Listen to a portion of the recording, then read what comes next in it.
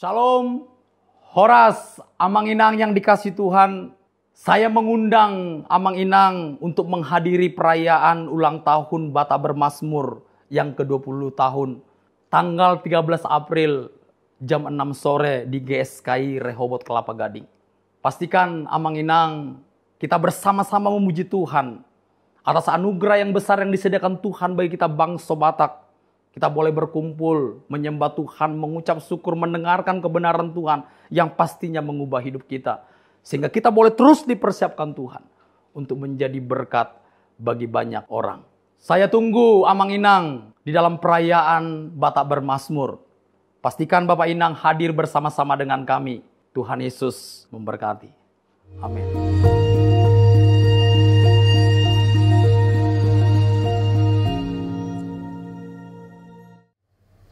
Shalom saudara, salam sejahtera.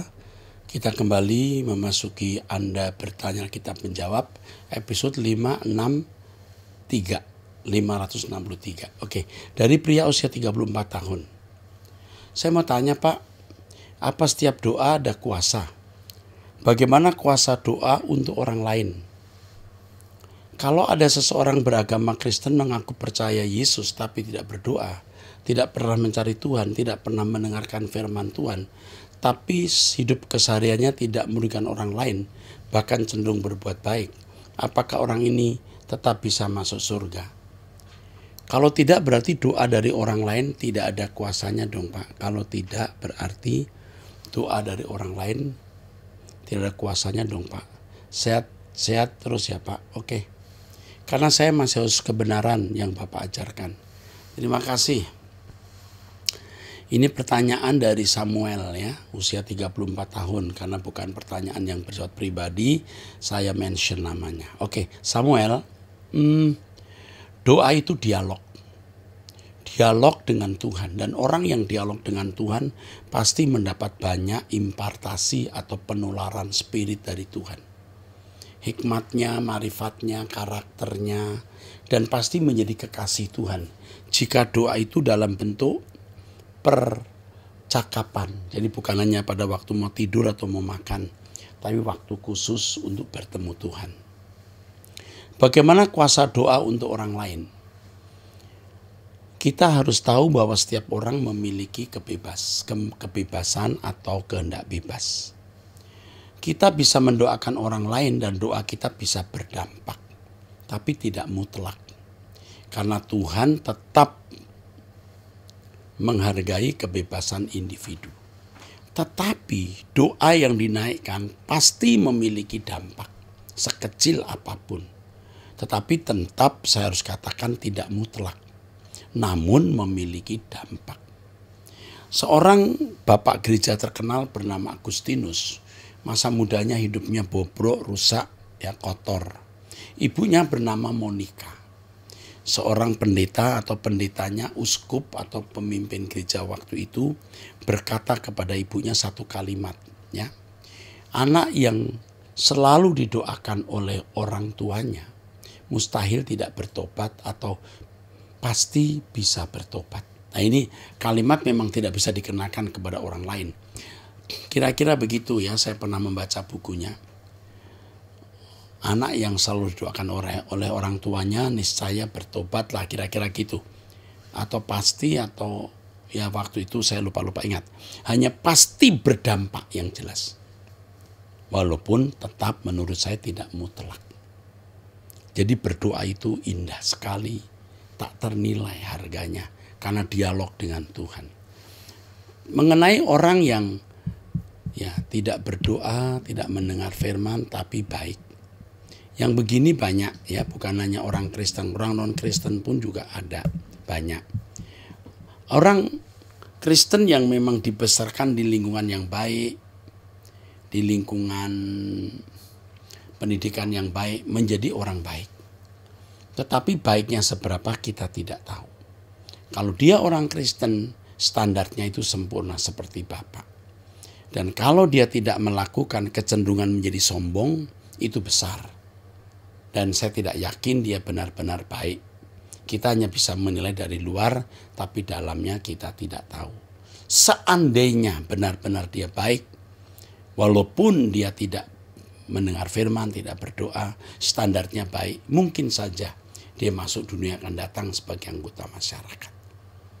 Tetapi saya tidak pernah bertemu orang Kristen yang tidak berdoa, tidak ke gereja, tidak mendengar firman Tuhan baik. Saya hampir tidak pernah melihat itu. Biasanya baiknya pun munafik. Oke, Tuhan memberkati. Dari NN 38 tahun wanita sudah menikah 1 anak perempuan. Selamat Pak Eras, saya dan suami bekerja tapi kami selalu punya waktu cukup untuk bersama. Kami tinggal di mes tempat kerja suami saya sudah mau 4 tahun. Kami punya rumah tapi akses ke tempat kerja saya agak jauh dari rumah. Sehingga kami memutuskan untuk tinggal di mes. Penghasilan suami tidak banyak tapi mencukupi kebutuhan sehari-hari kami.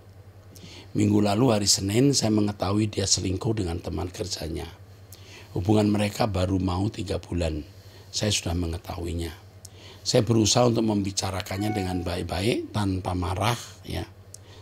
Sampai soal keuangan suami saya yang harus dibagi untuk anak kami dan untuk dirinya sendiri. Ya, saya mau merelakan dia dengan selingkuhannya.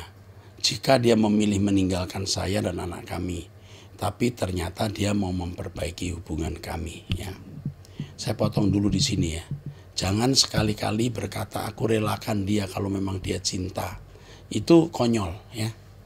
Saya sudah pernah mendengar hal seperti ini beberapa kali. Kalau memang dia cinta, dia mau sama wanita itu silahkan. Itu konyol. Kamu menjerumuskan pasanganmu ke neraka. Nggak boleh. Pertahankan dan rebut. Suami saya mau resign dan kami kembali ke rumah kami.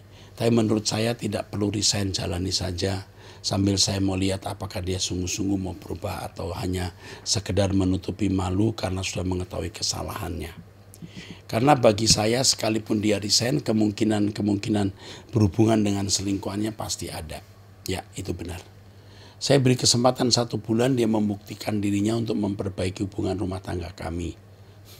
Dalam pembicaraan kami, saya tidak menemukan alasan dia selingkuh. Ya alasannya nafsu saja pasti. Ya ini saya tambahin ya. Saya meminta dia untuk tidak memberitahukan keselingkuhannya. Bahwa saya telah mengetahui hubungan mereka. Saya hanya ingin suami dan selingkuhannya itu menyadari kesalahan mereka berdua dan mengakhiri hubungan dengan baik. Tapi suami saya sudah mengatakan yang sebenarnya dan meminta selingkuhannya untuk bertemu dengan saya dan meminta maaf. Karena demikian adanya saya menunggu perempuan itu bertemu dengan saya. Tapi sampai hari ini perempuan itu belum menemui saya. Menemui atau tidak kamu tidak perlu tuntut dan harus menganggap masalah itu sudah selesai kalau suami mau bertobat.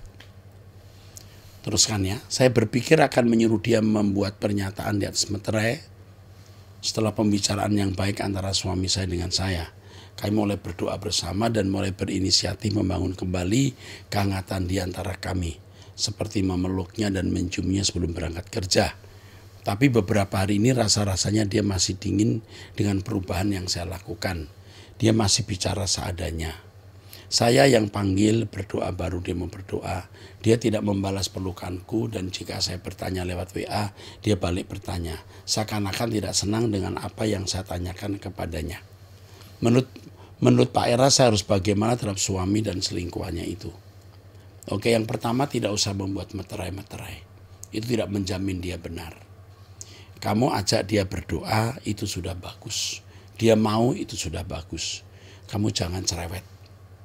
Jangan lagi ngomongin soal masa lalunya, WA untuk tahu dia di mana.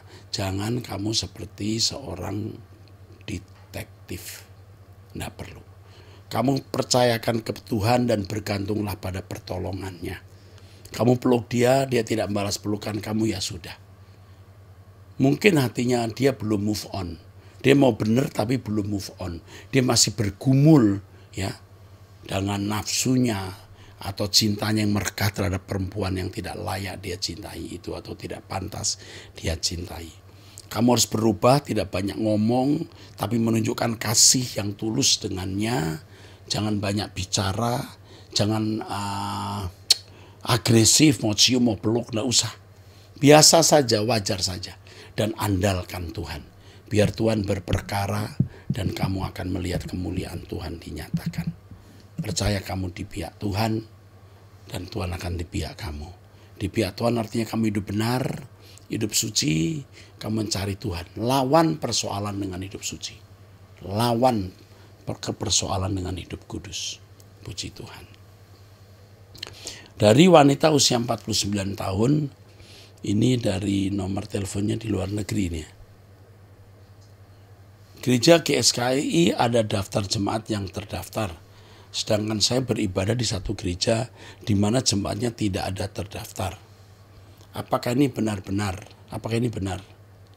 Oh, gereja GSKI ada daftar jemaat yang mendaftar. Sedangkan saya beribadah di satu gereja di mana jemaatnya tidak ada terdaftar. Apakah ini benar? Membership,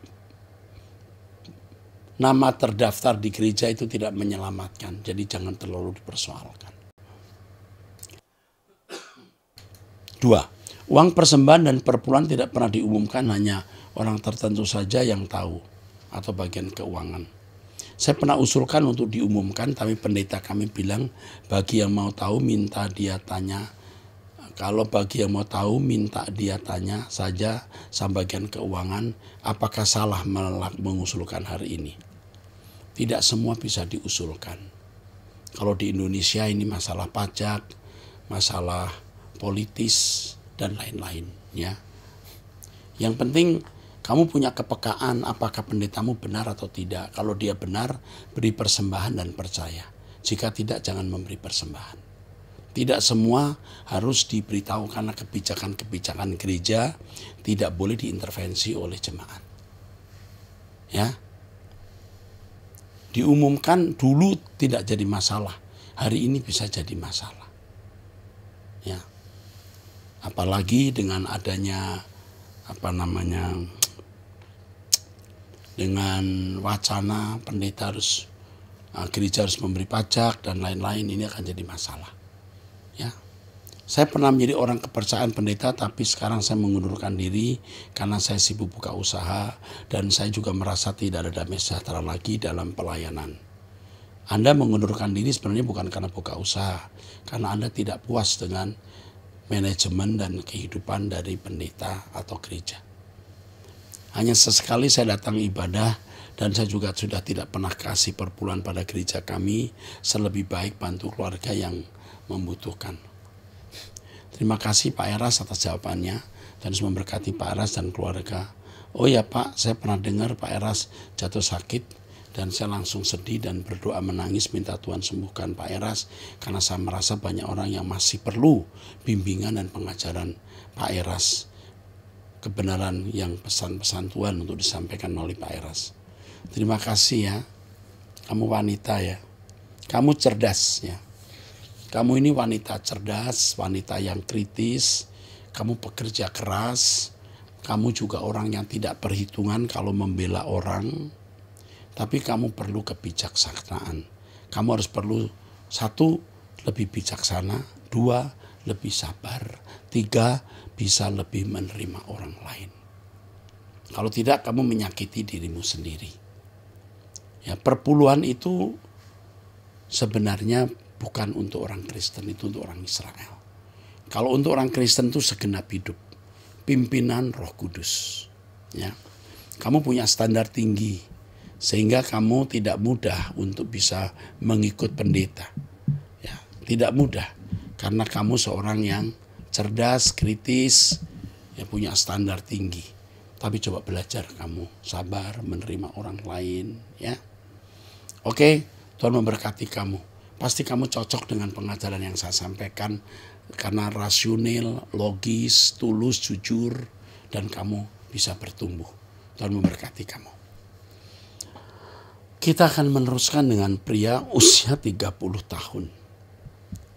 Salam, saya dan keluarga sebagai pelaku bisnis produksi memiliki langganan atau distributor yang cukup besar. Sudah berjalan lebih dari 10 tahun dan kami sangat bersyukur. Tapi dalam kurun waktu 1 tahun terakhir ini, distributor tersebut selalu menekan kami. Dari segi pembayaran mereka sudah keluar MOU pembayaran 3 bulan, tapi ternyata pembayarannya molor. Bahkan jika kami menanyakan, terkadang ditekan dengan membatasi omset kami, sampai akhirnya kami setuju pembayaran menjadi 4 bulan. Walaupun dalam 1 bulan transisi, pembayaran kami harus menggaji karyawan dengan tabungan pribadi, kami tetap berdoa dan menyerahkannya kepada Tuhan. Kami juga diminta untuk memberikan 2% omset tahunan untuk mendukung program Gebiar Hadiah Distributor kami. Dan mereka menjanjikan kenaikan omset, yang ternyata omset malah dibatasi dan kami tetap harus memberi 2%. Kami tetap memberi dukungan dan doa kepada distributor kami. Ayah saya yang seorang pelayan Tuhan juga ikut diminta untuk mendoakan seluruh staf dan langganan dari distributor kami, dan ayah pun melakukannya dengan sepenuh hati. Dari waktu ke waktu saya sedang berpikir untuk memprotes dan melawan demi hak kami. Saya teringat dengan pesan Pak Pendeta di mana kita harus mengalah dan mendoakan. Hal itu selalu membuat saya lebih tenang dan mengalah, tapi dengan kondisi ini bisnis kami terus mengalami penurunan omset. Kalau saya mengajar Anda mengalah bukan berarti konyol. Mengalah seperti ini membuat Anda bisa merusak perusahaan Anda sendiri atau menjatuhkan. Anda harus ajak bicara, menunjukkan kesulitan Anda, dan Anda berpikir untuk membuka kemungkinan distributor lain atau jadi distributor sendiri. Ya, pikirkan supaya dia menyandera Anda. Lama-lama Anda kerja bakti. Kerja bakti hidup hanya untuk distributor itu.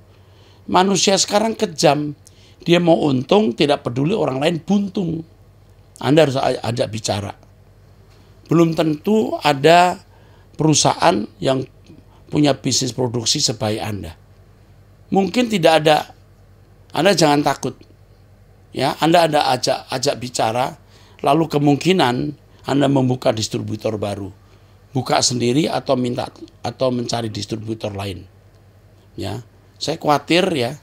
Ini ada pemain baru di kantor distributor itu, sehingga menjadi begini keadaannya. Kalau Anda tidak sanggup, akhirnya Anda gulung tikar, Anda kerja bakti untuk distributor itu. Saya tidak mengajari Anda mengalah konyol begini. Lihat kasusnya. Ya, oke. Apa yang harus saya lakukan, Pak? Itu jawaban saya. Jika kami selalu mengalah dan mendoakan, tapi distributor kami malah memanfaatkan tersebut, iya. Apakah ada momen tertentu di mana kami harus melawan? Lawan. Ya. Dalam keadilan, tetapi ingat, minta hikmat Tuhan. Jangan konyol. Ya. Berdoa minta hikmat Tuhan, ajak bicara mencari keadilan. Fairnya gimana? Cenglinya bagaimana? Jangan buat cengli. Dia mau untung, Anda buntung. Belum tentu dia bisa menemukan perusahaan produksi seperti Anda. Pikirkan untuk punya distributor sendiri.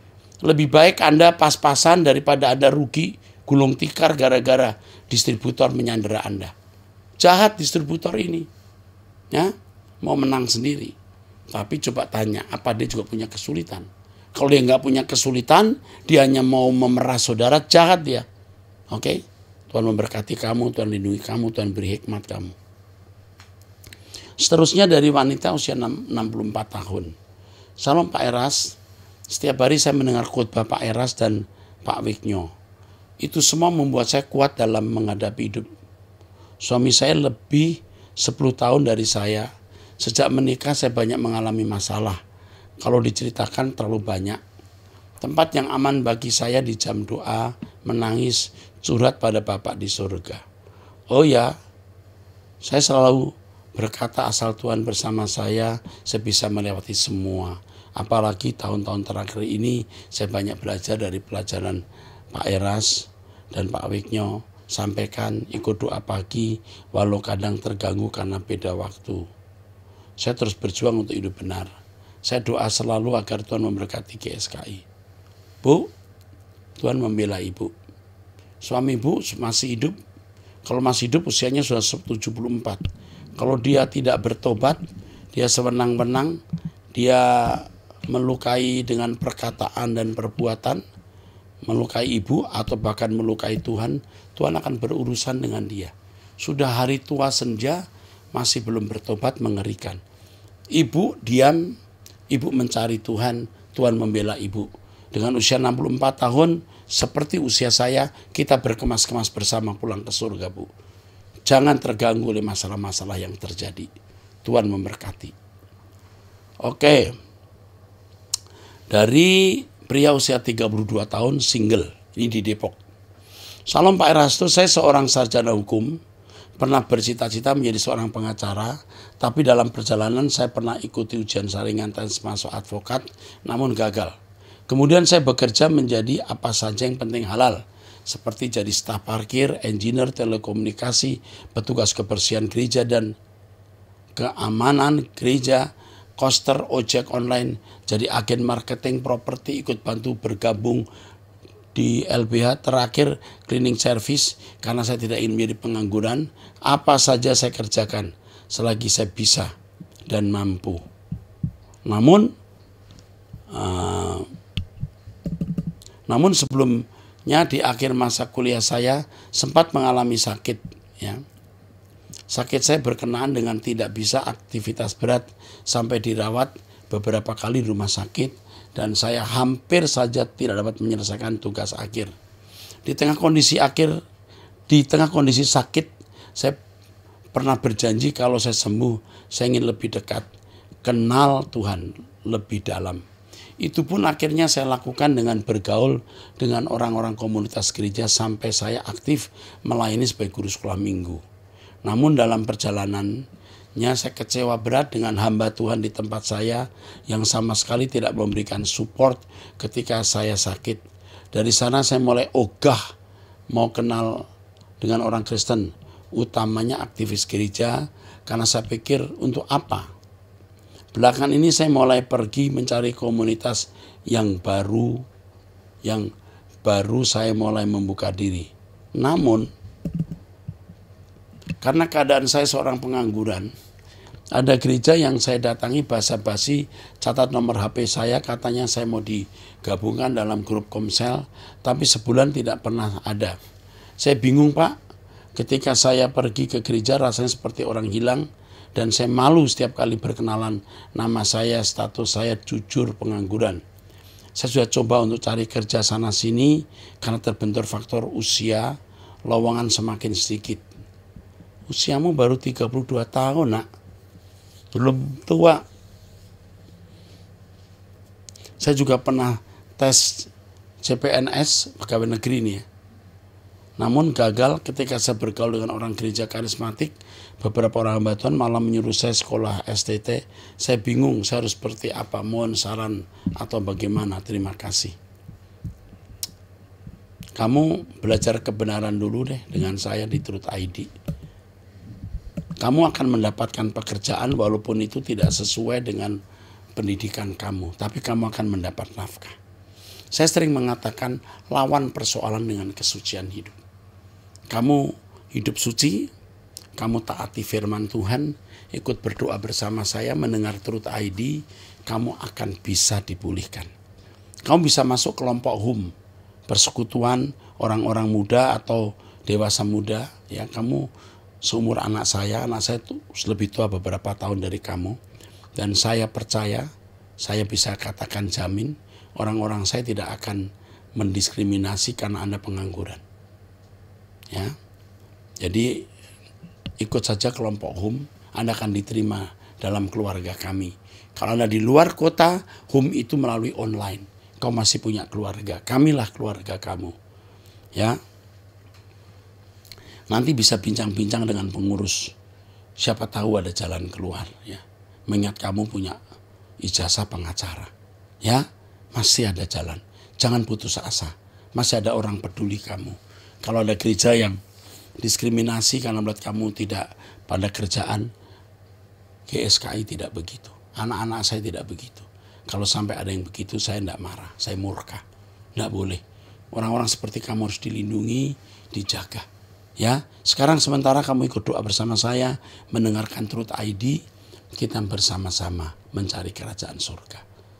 Ya, kita bisa gagal di bumi, jangan gagal di kekekalan. Oke, saya teruskan.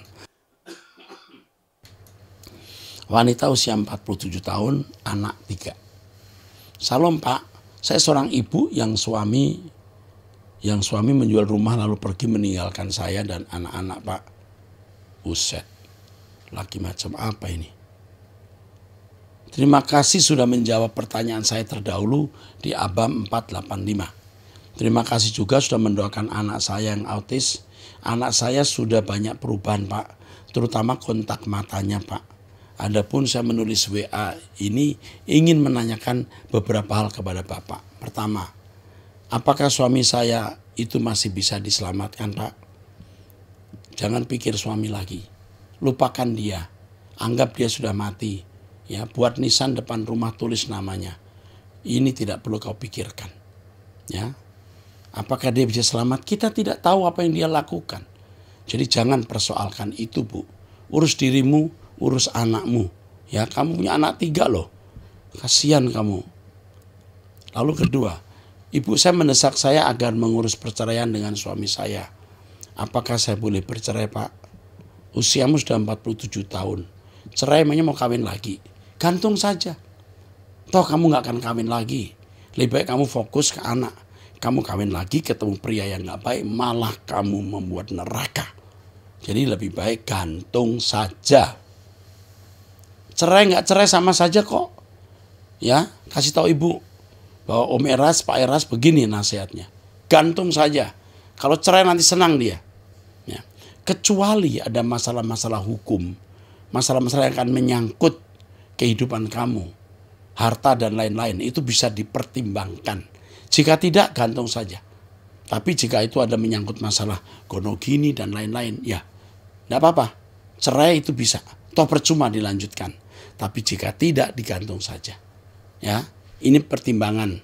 Saya tidak tahu bagaimana urusan kedalaman hidupmu dengan suami ini. Berkenaan dengan masalah anak yang ketiga, dan anak saya sering mendapat mimpi mengenai apa-apa saja yang sudah dilakukan suami saya di tempatnya sekarang. Padahal sampai sekarang saya tidak tahu di mana Pak. Apakah mimpi itu dari Tuhan Pak? Wah, saya nggak tahu. Bisa ya, bisa tidak. Tapi jangan dipercayai dengan gampang. Bisa dipertimbangkan, simpan dalam hati, tetapi tidak perlu menjadi sesuatu yang dipertimbangkan. Angin lalu saja. Tahu, skip saja. Jika itu penting, Roh Kudus akan bicara dan memberitahu kepadamu. Yang keempat, Pak, saat ini saya tidak punya gereja Pak. Apakah saya boleh milih jemaat Bapak? Kalau boleh Pak, tolong bantu Pak. Saya tinggal di Tangerang Pak. Pasti kamu akan dibantu orang saya. Ya, orang-orang menderita seperti kamu itu orang penting yang harus dilindungi. Tuhan sayang kamu dan kami juga sayang kamu. Kamu akan dihubungi orang saya, kamu menjadi anggota gereja kami. Biarpun di Tangerang, kamu akan terjagai oleh tangan Tuhan dan kami sebagai gembala. Oke, saya teruskan dengan pria usia 36 tahun. Salam Pak Eras, izin bertanya, apakah anak harus terus membayar utang orang tua? Utang yang dulu sudah beberapa kali dibayarkan, tapi orang tua membuat utang baru.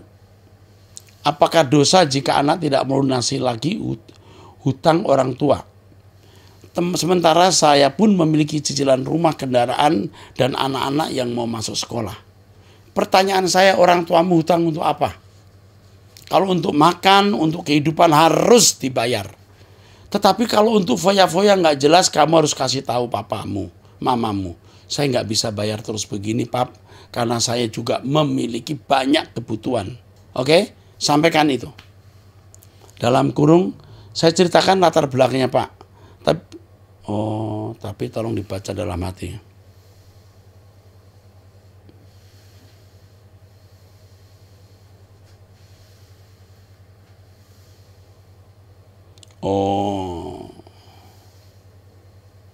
Saudara-saudara lain tidak mendukung ya. Oke. Ini orang tuamu tidak punya manajemen yang bagus ya, mismanagement. Aduh, ini. Ajak orang tua bicara bahwa kamu keberatan. Bukan tidak mau, keberatan. Bukan karena keberatan dalam hati. Rela hati membayar hutang orang tua, tetapi kehidupan ekonomimu juga pas-pasan. Ajak bicara itu yang tegas. Bahwa kamu juga punya kesulitan. Dan kamu harus mulai menunjukkan bahwa kamu kesulitan. Jangan kelihatan kamu punya uang. Nanti tidak mendidik orang tua yang tidak bijaksana, yang mismanagement. Oke, saya kira cukup sampai di sini. Sampai bertemu di episode yang akan datang, episode 564. Tuhan memberkati.